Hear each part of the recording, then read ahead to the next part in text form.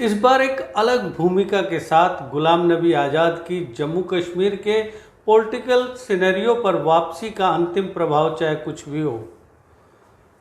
फिलहाल यहाँ के राजनीतिक दलों के नेताओं के लिए एक डर पैदा हो गया है और वो डर ये है कि उन्हें अपनी सियासी ज़मीन खिसकने का डर लग रहा है।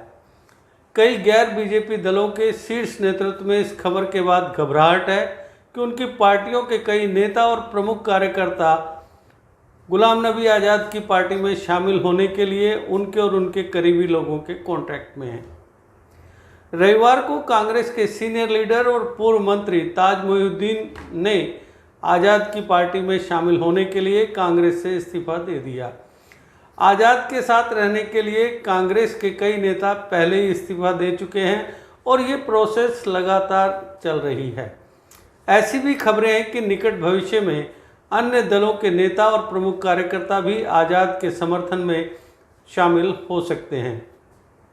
आज़ाद के करीबी गुलाम मोहम्मद सरूरी ने कहा कि उनकी अभी तक बनी पार्टी में पूर्व मंत्रियों और विधायकों समेत 2500 नेता और कार्यकर्ता शामिल हो चुके हैं।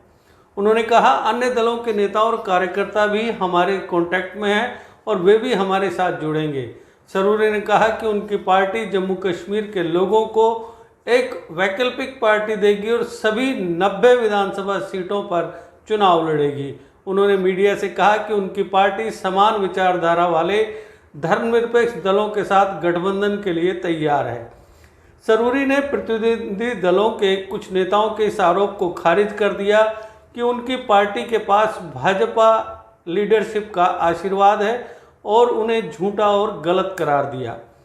सरूरी ने कहा कि इस तरह के आरोप लगाने वालों को पहले यह समझना चाहिए कि वे किसकी रचना है और राजनीतिक रूप से वे कहां खड़े हैं। उन्होंने कहा कि शीशे के घरों में रहने वाले लोगों को दूसरों के घरों पर पत्थर नहीं फेंकने चाहिए। दूसरी ओर कांग्रेस ने रविवार को श्रीनगर में सीनियर लीडर्स की एक बैठक आयोजित करके और एक प्रस्ताव पारित करके एक एकजुट चेहरा और ताकत पेश करने की कोशिश की, जिसमें उनके नेताओं सोनिया गांधी और राहुल गांधी को पूर्ण समर्थन दिया गया और उनकी पार्टी के प्रति वफादार रहने का संकल्प लिया गया और यह है धर्मनिरपेक्ष विचारधारा। अपनी पार्टी के अध्यक्ष सैयद मोहम्मद अल्ताफ बुखारी ने आज़ाद पर भाजपा लीडरशिप के आशीर्वाद से अपनी पार्टी बनाने का आरोप लगाते हुए तीखा हमला किया। बीच बिहाड़ा में एक पब्लिक मीटिंग को संबोधित करते हुए बुखारी ने कहा, आज़ाद राज्यसभा में विपक्ष के नेता के रूप में आर्टिकल 370 के संबंध में विधेयक को पारित होने से रोक सकते थे, जो उन्होंने नहीं किया और अब इसके लिए मुआवजा दिया जा रहा है। उन्होंने आरोप लगाया कि कांग्रेस के पूर्व नेता की भूमिका जम्मू कश्मीर के लोगों के हित में नहीं थी और उन्होंने उनकी पीठ में छुरा घोंपा। बुखारी ने कहा, मगरमच्छ के आंसू बहाने से अब इसका कोई फायदा नहीं होगा क्योंकि वे पूरी तरह बेनकाब हो चुके हैं। जबकि सच्चाई यह है कि आर्टिकल 370 को निरस्त करने के दौरान या उसे निरस्त करने से रोकने के लिए आज़ाद के पास ना तो कोई पद था और ना कोई अधिकार। ना जाने क्यों बुखारी गलत बयानी कर रहे हैं। बुखारी ने कहा कि उन्हें नेशनल कॉन्फ्रेंस के अध्यक्ष डॉक्टर फारूक अब्दुल्ला को अपने निहित स्वार्थों के लिए आज़ाद का समर्थन करते देखकर कोई हैरानी नहीं हो रही। उन्होंने कहा, अदालतों में बार बार पेश होने के कारण फारूक साहब चाहते हैं कि आज़ाद साहब सहित कोई भी उन्हें ऐसी स्थिति से बचाए।